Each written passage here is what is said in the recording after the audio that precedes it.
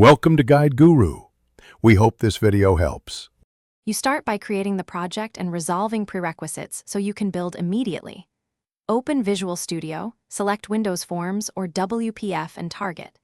Net 6 or 7, this gives cross-LTS stability. Once created, configure solution folders, set a meaningful namespace, and add the key NuGet packages for logging, DI, and JSON. Make sure to enable nullable reference types and set copy to output for any resources. Doing this up front prevents refactor headaches later and speeds development. You now structure the app to be maintainable and testable. Pick MVVM for WPF or MVP for WinForms so UI logic stays thin. Create view models or controllers, bind properties, and expose commands for user actions. This reduces UI coupling.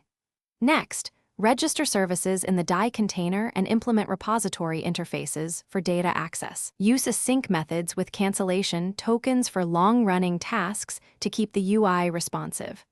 Once done, write unit tests for core services. You finish by preparing a reliable build and deployment pipeline.